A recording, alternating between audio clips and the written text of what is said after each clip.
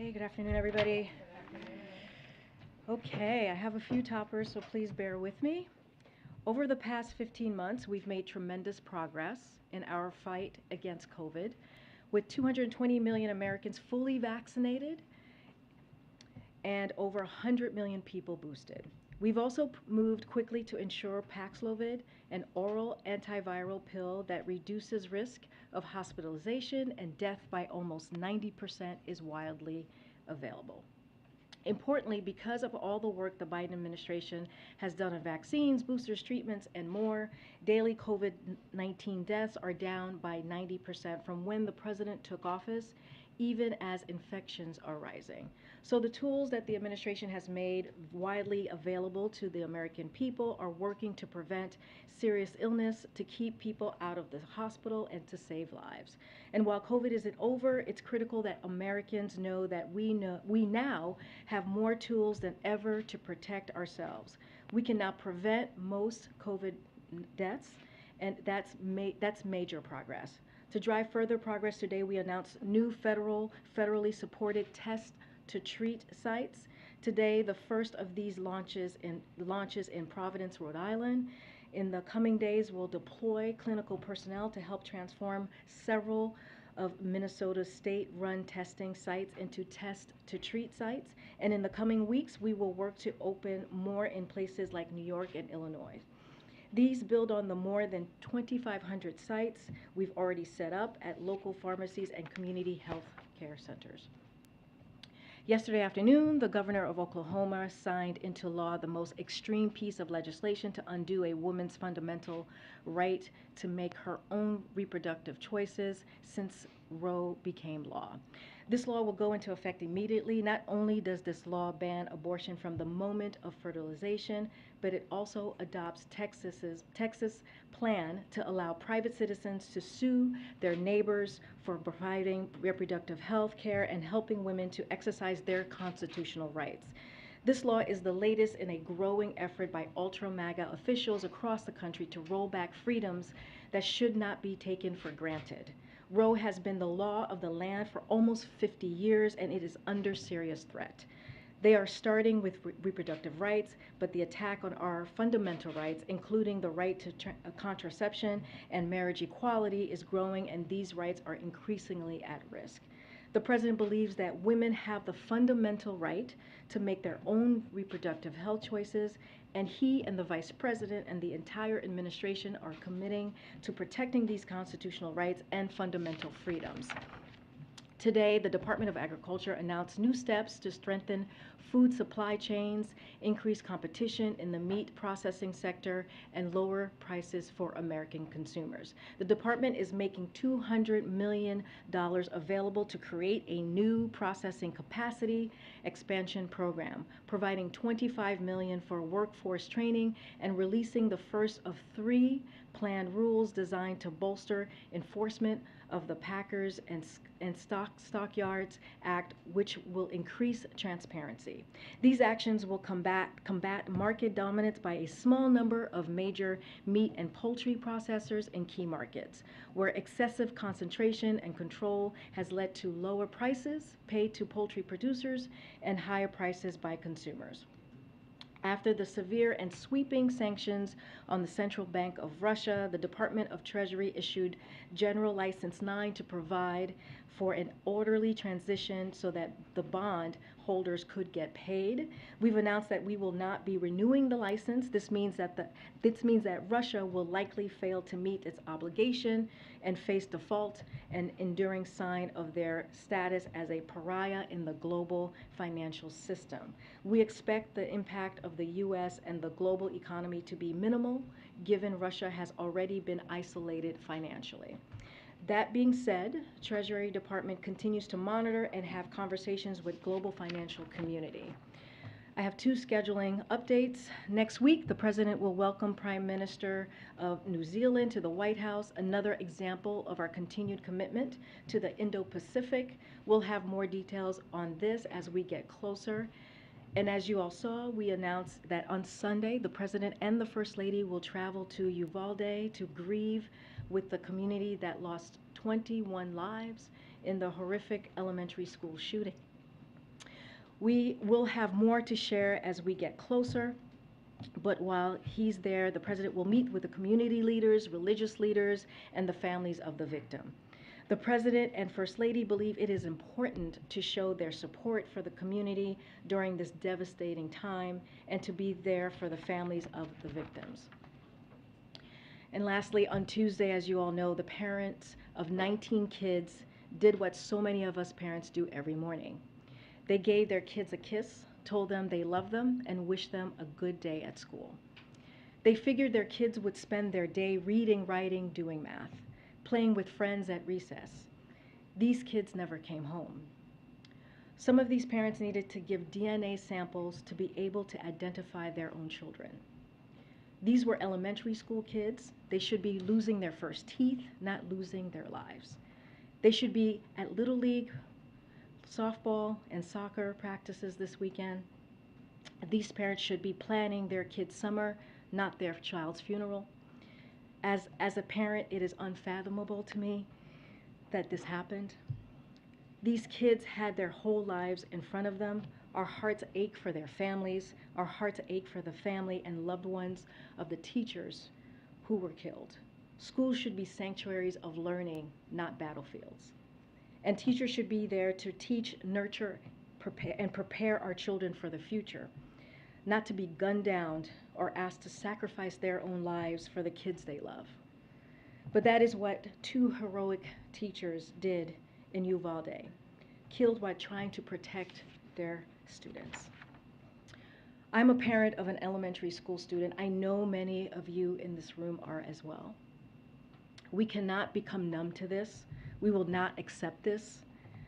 A grocery store, a church, an elementary school, and this is just in the last few days, it is unacceptable. As the president said the other night, why are we willing to live with this carnage? Why do we keep letting this happen? Where in God's name is our backbone? So I ask, how is protecting our children a partisan issue? How is preventing innocent people from being slaughtered controversial? Common sense gun safety laws work. We know this. They save lives. As the president said Tuesday night, when the assault weapons ban passed, shootings went down. They tripled after it was lifted. And let's be clear, the public supports this. They are behind this. Even gun owners, 90% of gun owners support universal background checks, 84% of Republicans, and 80% of NRA members support background checks. As the president said this week, it is time to turn this pain into action. It's time for Congress to act. And with that, Darlene, I will take your question. Thank you. Is there any reaction here at the White House to the Senate Republicans blocking the domestic terrorism bill, which was supposed to open the door for some debate and discussion about gun safety, as you were just talking about? So we're disappointed that Congress did not move forward with the legislation that would strengthen our response to domestic terror incidents like we saw in Buffalo. We need Congress to act on that, and we need Congress to advance common sense measures that we know will save lives when it comes to gun violence. And secondly, the NRA is opening its convention in Houston tomorrow, 3 days after the massacre in Uvalde. Former President Trump, Texas Governor Abbott, and others are set to speak there. Does the White House think it is appropriate for that convention to move forward? Should it be postponed, canceled, given the events of the last few days? So it's not about the convention. What is inappropriate is that the leadership of the National Rifle Association has proven time and time again that they are contributing to the problem of gun violence, not trying to solve it. They represent the interests of the gun industry, the gun manufacturers, who are marketing weapons of war to young adults. They don't represent gun owners who know that we need to take action. And it's shameful that the NRA and their allies have stood in the way of every attempt to advance measures that we all know will save lives from gun violence. Measures that we know would keep weapons of war out of the hands of people who are terrorizing our communities. So that is what matters, and it is shameful. Yeah, Nancy. Thanks, Karine. Does the president believe that there should be an investigation into the police response to this school shooting? So we've heard of, we've, need some water? You okay? Let us know. The president, we've been watching the reporting on this. The president has the utmost respect, as you all know, for the men and women of law enforcement. Just days ago, he honored the memory of the former police officer, Aaron Salter, in Buffalo, who was killed bravely while trying to stop the shooter at the supermarket. I know that right now authorities are working to piece together more details of what happened in Uvalde, so we won't prejudge the results from here at this time. It is always a good idea to look back and try to find any lessons we can learn, especially from tragedies like this, so that we can prevent them from moving forward, including law enforcement response. And is the president considering calling on Congress to stay in town to work on this issue instead of going home for a week-long recess? So we have been in close touch with Congress even before this shooting and clearly what we saw in Buffalo about gun reform. This is something that has been a priority from for the president since day one of his administration. And we also have been in close touch, and we really appreciate what Senator Schumer and Speaker Pelosi have been doing. You know, the president has been very clear that it's time to act. It's time for Congress to act.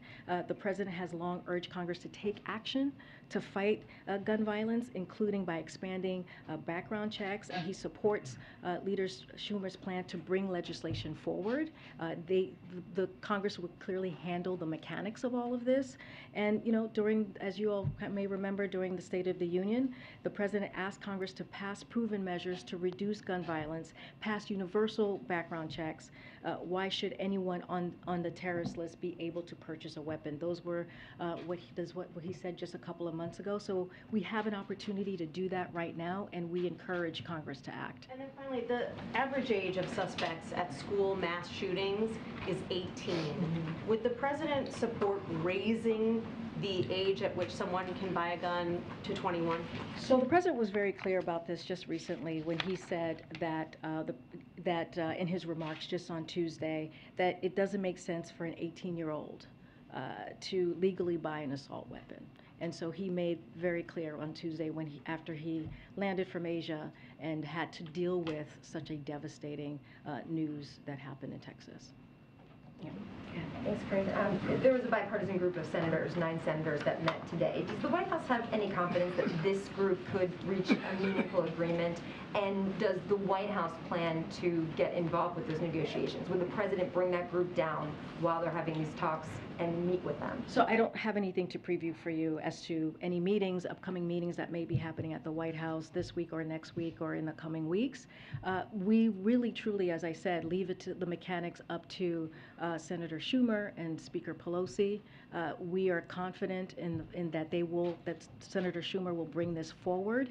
And again, it is time for Congress to act. This is what the president has been calling for since the beginning of his administration, and that's what we want to see, and that's what we encourage Congress to do. And Senator Schumer has signaled that they have roughly 10 days to get to a conclusion. Is that a timeline that the White House wants to see? And if at the end of that 10 days there is no agreement, the White House wants to see the Senate move forward on the 2 House passed bills? Again, we leave the mechanics to Senator Schumer. We want to see action.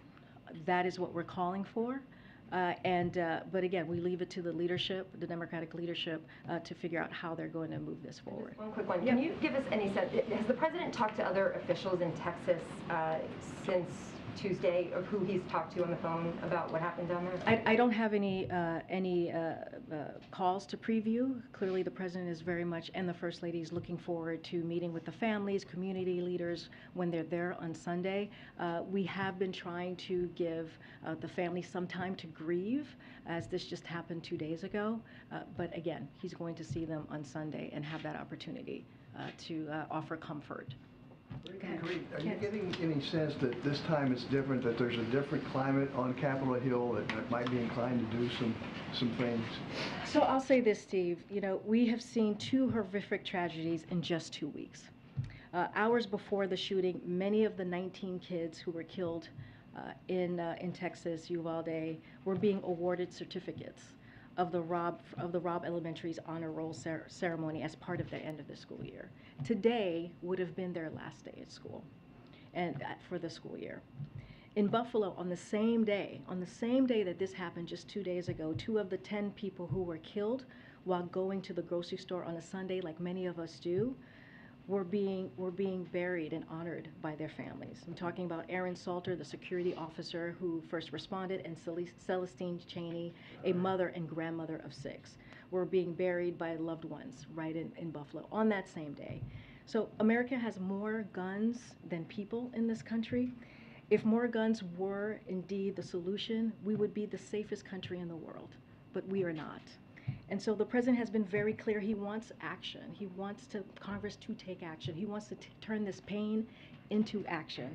And I hope the Senate, and particularly those who have been unwilling to act in the face of previous tragedies, will act now. And that's what we are hoping and urging Congress to do. Is the president considering some unilateral actions on guns? There are a number of gun safety advocates that are pushing for things like a gun czar or a state of emergency declaration. So on your first part, while we've been calling for Congress to act, and the president has done that since the first couple days of the White House, he has been waiting, right? We have talked about the comprehensive approaches that he's taken. We recently announced how over $10 billion from the rescue plan has been spent or committed on ways to fight gun crime and gun violence. The president wants cities and states to use even more. The Justice Department issued a tough new rule to stem the flow of ghost guns, which are increasingly being found at the crime scenes and which are the weapons of choice for terrorists and criminals. So the administration issued a zero tolerance policy for gun dealers who willfully sell guns illegally. So this president has done more via executive actions than any other president during their first year of office. Now what we are asking for is for Congress. We are urging them to take action. Go ahead. Thanks, Karine. How does the president view his role in this moment? We talked yesterday about changing a dynamic that's been entrenched for decades now at this point. I understand the legislative details are Capitol Hill's prerogative. How does he view his role in trying to change that dynamic? Well, I think he view his role as he has been doing. If you think about his remarks on Tuesday, it was compassion, it was sadness, it was outrage, and you heard that from the President of the United States, basically saying enough is enough. And this is something that he understands personally. This is a president who has worked on gun violence during his Senate years as vice president and has leadership already from the first couple of days of stepping into this administration. So we have done our part. Will there be more executive actions, and will we do more? We'll look into that. We're always looking to do more. But right now, we need the help of Congress. We need them to step in and to deal with this gun violence that we're seeing that's tearing up not just families, but communities across the country. You were on, just one more quick one. Yeah, you were on sure. Air Force One. Can you talk about kind of the president's reaction when he got the news, when more details started to come out over the course of those final hours on the flight, and as he prepared for his remarks on Tuesday night, which he echoed on Wednesday? Yeah, as you said, Phil, I was with the president on the plane on Air Force One because we were coming back from Asia, and I got to see him right before he delivered the speech. Honestly, I would leave the speech to stand for itself. You heard his emotion. You heard what he said very, very clearly. And again, you heard the outrage, which we saw from some of you on TV, from some of your colleagues who are in Texas, who are talking to families on the ground, the communities on the ground, the outrage, the sadness, the grief. And that's what you heard from this president. And he said a couple of things that I think it's important to reiterate as we really think about what happened, is that there are parents who will never see their child again, parents who will never be the same. And the president said to lose a child is like having a piece of your soul ripped away. It's suffocating, and it's never quite the same. And it's a feeling shared by their family members and the community that's left behind. So that is the president's focus right now. He's going to go clearly on Sunday to offer his comfort, to grieve with the family and the community, but at the same time, he is going to call on Congress to take action because it's been too long, and now is the time to act. Okay, Michael. Two quick things. First, apparently the company that sold the shooter his rifles received a $3 million PPP loan under the last administration. Do you know if there's any effort by this administration to claw that money back? So this is the first I'm hearing about this, so I would have to go back to the team and look into it. Do you know the name of the company? The company is Daniel Defense, D-A-N-I-E-L Defense. Apparently they received a $3.1 million PPP loan right at the beginning. My colleagues have been writing about it apparently today, but if assuming that is confirmed, would the president, do you think, support the idea of trying to claw that money back? I honestly, Michael, I need to check with the team and just make sure that is actually factual, but I need to check with the team. Thank you, I appreciate that. And we'll get back to you on that. Okay, and then just, going back to the question that I'm sure, everybody has been asking, which is the sort of, what is the president going to do and can do? You talk a lot about the outrage, you talk a lot about that he wants Congress to act, you talk a lot about the emotion. I was in this room, I think a lot of people here were too, when President Obama cried at that very podium hours after the Newtown shootings. There have been a million shootings since then, lots of expressions of outrage, lots of expressions of wanting Congress to act. They haven't. I mean, there are people out there, saw several of them on TV today, who say this president needs to do more than all of that. This president needs to declare a national emergency. He needs to create task forces. He needs to create, a czar of gun things. He needs to say he's not leaving this building. He cancel his vacations. Tell Congress, members from Congress to get in a room and not leave until they got a solution, and not accept some of the sort of half measures that are sort of being offered. And I guess the question is why isn't he doing any of that? So on the public health, on the emergency, he has already done that.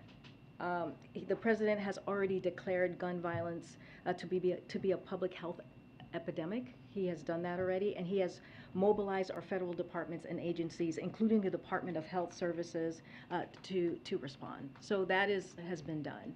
Look, this is a president, as I've said already, who has been working on gun violence, gun reform, comprehensive gun reform, since he was a senator. And he also was there, as you're talking about, what President Obama had to deal with. He was there. He was his partner in that, and took on that portfolio of dealing with gun violence. He was there at the table. Isn't that more of an indictment than it is a plus to say that the current president has been involved in this for more than for decades, and it's not being fixed. These things are happening over and over again. But look, Michael, we are frustrated as well. We are angry as well. Look, I said this earlier and I'll say it again. This is a president who has done more via executive actions. This is how much of a priority this is for him, because we're a year into his presidency. More via executive actions than any president in their first year. But many of those are not directly right, related which is to the why issues of mass shootings. They may be directly related to guns, and that's important. I'm not saying, but right. They're not directly related to. Well, this is why we're calling on Congress to act. The president is doing what the president is doing what he can, right, from here, from the White House. And he has said he cannot do this alone. He's been very clear. He understands we need to do more. But Congress also has to act. He has done a comprehensive plan on gun violence. We have listed that out. Every couple of months we talk about what he's doing, what executive action he's taking. And now he is saying Congress needs to act. But he has been saying that for some time. Okay, Kristen. Karine, give me 1 second, please. I want to follow up on this idea, because the president campaigned on a promise to be able to bring Democrats and Republicans together to get the hard things done. Why has he not been able to bring them together to make this a legislative priority to even get a small measure done when it comes to? Well, I think that's what Senator Schumer is trying to do. Why not do that in the early days of his presidency? Well, we have been talking to Congress before these two shootings that have been clearly very public and very devastating and horrific in this past 2 weeks. We are doing it now. Look, we know that this is not easy. We're not saying that this is easy. And the president is doing everything that he can to get this done. But we are going to continue to call on Congress to act. Does this now move to the top of his It's a legislative priority. priorities above Build Back Better, above COVID relief? Does this now need to be the singular focus of all of Washington, D.C.? Kristen, I would argue that this has been a top priority from the time. Singular focus for the president and law. I'm not going to list out the 1, 2, or 3 of priority. What I can tell you is this has been a top priority. Literally, he started working on this the first couple of days he walked into this office. And you're getting a lot of questions about the czar. I guess just to ask to ask it a different way, former President Obama appointed then Vice President Biden to take control of this issue. Are there any discussions? Is the president considering tasking his vice president with trying to get something done on this issue? Look, we have Ambassador Susan Rice, who is the president's domestic policy advisor, as you all know, and she is coordinating the president's whole of government approach to reducing gun violence. She has decades of experience coordinating interagency processes in the federal government. There's no one better at bringing department heads to the table to drive the process. She has a team of 12 staff under the Domestic Policy Council who are working on gun violence reduction, taking an interdisciplinary approach that recognizes that we need all sorts of expertise at the table, from mental health to criminal justice to housing to education, to address the issue. In addition to the Domestic Policy Council, there's the Executive Office of the President, the White House Counsel's Office, the Office of the Intergovernmental Affairs, and the Office of Public Engagement. All are playing key roles in gun violence prevention, as do several of the federal agencies, which I've listed out already. Karine, given everything you just laid out, and the president said yesterday he will use every tool that's available, and I guess why hasn't he stood up a task force, an interagency task force on preventing gun violence? He has done it dozens of times on everything from COVID to unionizing since the start of his presidency. There's also an outstanding request, I believe, from House Democrats over the past year that he appoint a national director, I guess as Kristen said, and start a task force. Well, I just walked through a whole of government approach that we're taking. That's how important this is. Across departments here at the White House and also with several agencies. We're talking about the DOJ, Department of Justice, we're talking about HHS, all very much involved here on how we're moving forward. You know, I guess why not make an official interagency task force? Because we have a whole of government approach. We have a whole of government approach that I just mentioned that Ambassador Susan Rice is leading, along with other departments. And with that whole of government approach, we have been able to put forth executive actions at a level that we have not seen from any other presidents. We have been able to deal with this in a comprehensive way. What we are saying right now is that we need help. We need assistance. The president cannot do this alone. The Congress needs to act. They need to pass legislation so that we can deal with this on a federal level, legislative level. Last question, is the president making any, or is he considering calling or reaching out to the BORTAC agent who was injured in Uvalde while he was protecting students during the shooting? I don't have anything to preview or read out for you. As you know, he's going to on Sunday. He's going to be meeting with community leaders. He's going to be meeting with victims and family members, and so we'll have more to share. I just don't have anything to share at this time. Okay, I'll go to the back. Okay. Go ahead. Go ahead. It's hard to. I would like to ask you a question about the school shooting, but before that, I want to ask you a quick one about the FDA and the baby formula shortage there. It's lasted months, and we're not just talking about baby formula either. There are infants, children, and adults with different metabolic disorders who are risking permanent irreversible damage the longer they go without special formulas. that are manufactured at Abbott Nutrition. I'm wondering, does the president have confidence in the FDA's ability to deal with situations like this? And as he's been monitoring the situation, does he still have confidence in his FDA director? Yes, yes, and yes. So the FDA has an important mission, right? Is to make sure that the infant formula on the shelf isn't just available, but also that it's safe. And as a parent, I understand the frustration. I understand the fear of not knowing if you have safe and healthy food, baby formula in this case, for your kids. Unlike, Republicans in Congress and the previous administration, the president believes that FDA, and particularly its food division, needs to be well resourced to do its critical work and do regular annual inspection. So we have to just take a little bit of, just give me a second here, take a step back. The current shortage exists because Abbott closed, as you know, a facility in Michigan due to safety concerns from the FDA. A facility that was a major producer of specialty formula, as you're asking me about, right? And so FDA has an obligation to protect the American people, and that's what Dr. Califf is going to be doing at the helm. But go ahead, you have a follow-up, go ahead. Second question, we've been having a lot of conversations about specifics when it comes to mass shootings, whether it's red flag laws or background checks.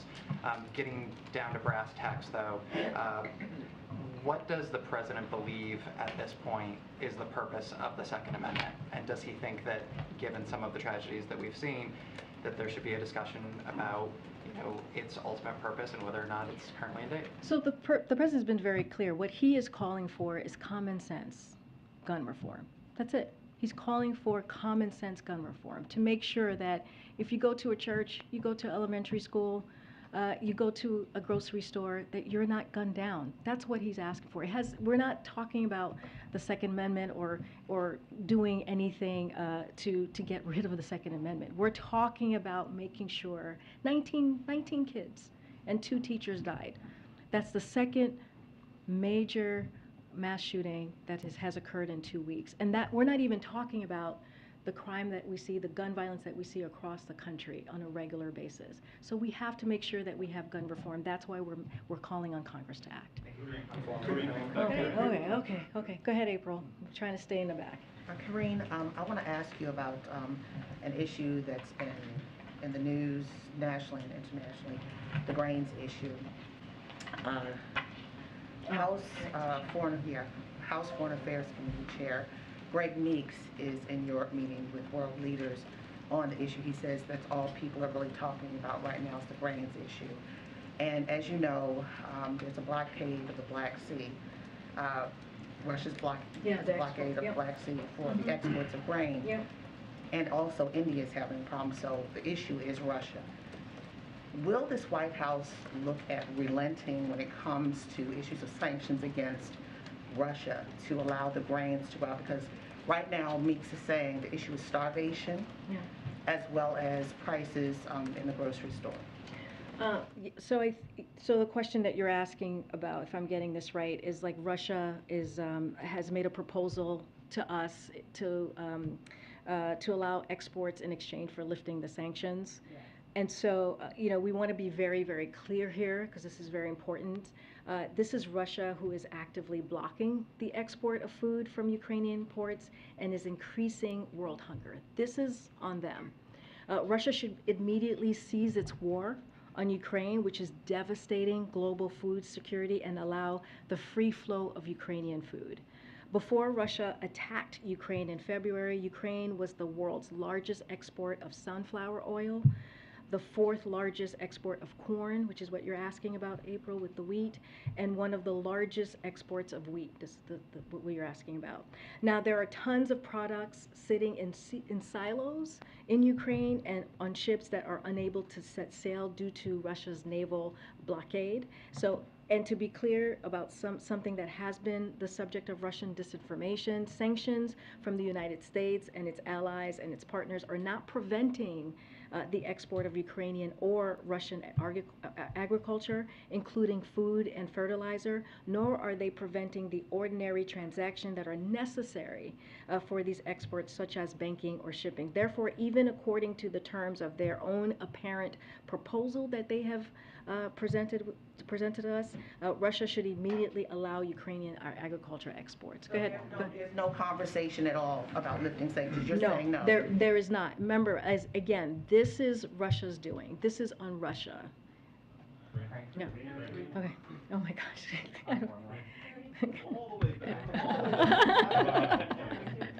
Go ahead, Nadia. I have two foreign policy questions. Sure. First, a team from the White House is visiting Saudi Arabia led by Brett McGurk. Is the president still trying to convince the Saudis to increase the production of oil? Is this part of preparation for the president's visit to Saudi Arabia? So I don't have anything to preview at this time on a trip or a visit from the president. I will confirm that Brett McGurk and Amos Hochstein were in the region to follow up on conversations on a range of issues, including Iran's destabilizing activities, ensuring stable global energy supplies, and other regional issues.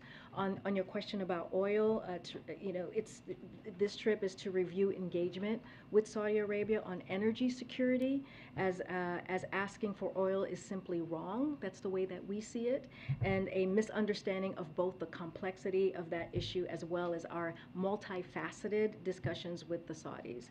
OPEC Plus will make its own decision as it relates to the oil, and as it always has.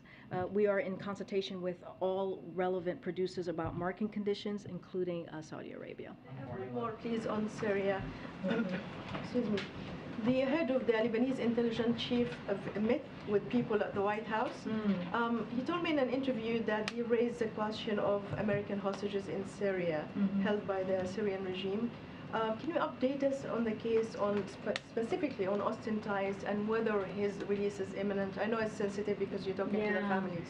So, as you know, it's a very sensitive issue, and so it's not something that I want to comment from here. So I won't. I just can't. I don't want to do that just because of it's diplomatic negotiations, and I want to leave it in that space. I'll come back. Go ahead.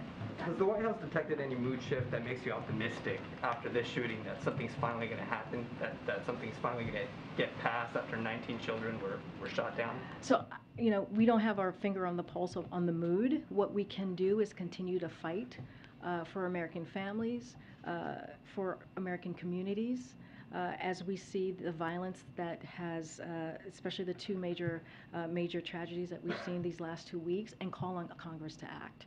The president, again, and I've stated this, he has taken executive actions over this past year and a half, which is more than any president has done in its first term, and he cannot do this alone. And so he is going to leave it to Senator Schumer, who is going through the mechanics of what that's going to look like, moving legislation forward. And so we appreciate their efforts, we appreciate his effort, we appreciate the Speaker's effort, and we're going to continue to have those conversations as we have been throughout this past year and a half. Go ahead. Thanks, Karine. So after the president visited with families in Buffalo, he was asked, what more can you do on guns via executive action? And he said, quote, not much on executive action. As Steve said, there are multiple gun safety groups that disagree with that statement and have pages of executive actions that they think the president can take. Does the president have any plans to meet with gun safety advocates? I know when he was vice president, he had hundreds of meetings in the EOB in his office there with groups. Does he plan to meet with them, and if not, why not? So I don't have anything to preview. Not at this time. I just talked about Susan Rice and her team, Domestic Policy Council. I've talked about the public engagement team and others, DOJ and also HHS. And those teams have been regularly talking to outside experts, outside groups over the course of this past year and a half. That's how we were able to put forward these executive action, comprehensive effort to deal with gun reform. So those conversations are going to continue. I just don't have anything to preview for you on this one. But just in terms of that sentiment, where the president says there's not much more on executive action that he can do, does this shooting in Texas change that? I think what just to speak to that, look, the president has done a lot. He really has. The fact that I'm able to state this historical fact of how much he's done in his first year and a half. But, you know, we're always looking at what else we can do. But we have done, you know, we have done so much. I just read it out, including stemming the flow of ghost guns, cracking down on gun trafficking, and using the American Rescue Plan funds to invest in keeping officers on the beat to fight gun crime and gun violence. And so we're going to continue constantly looking at additional executive action so we can move forward. But the president, again, cannot solve this problem alone. He needs Congress to do its job and to act. What role do you guys expect Senator McConnell to play on any sort of bipartisan gun legislation? Has the president planned to contact him or speak with him at all, and what are you hoping for from the Senate minority? You know, again, we're going to leave the mechanics to how this gets done to the leadership in Congress, Senator Schumer and Speaker Pelosi. We have had several conversations before these major shootings that occurred these last 2 weeks.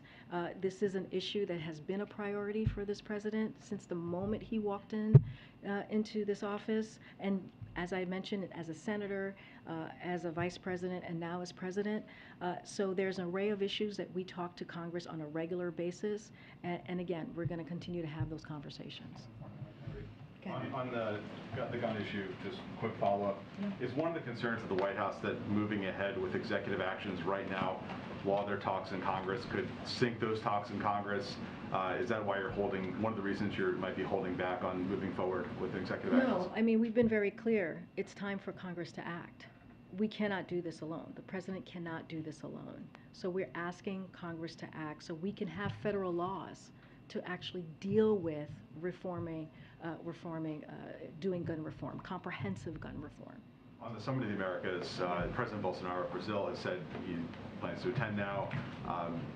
AMLO of Mexico is still making mixed signals. Can you say whether those invitations have now formally gone out to all those leaders, and are the governments of Venezuela and Cuba and Nicaragua going to be excluded? So we're still considering additional invites, and we'll share them when we feel it's appropriate, when it's final, and that's when we'll share them. I don't have anything right now to share as far as a list. And then just one last one. The CBO came out with a report earlier this week that showed inflation was going to remain above target going down, but still above target to the end of this year and then into next year.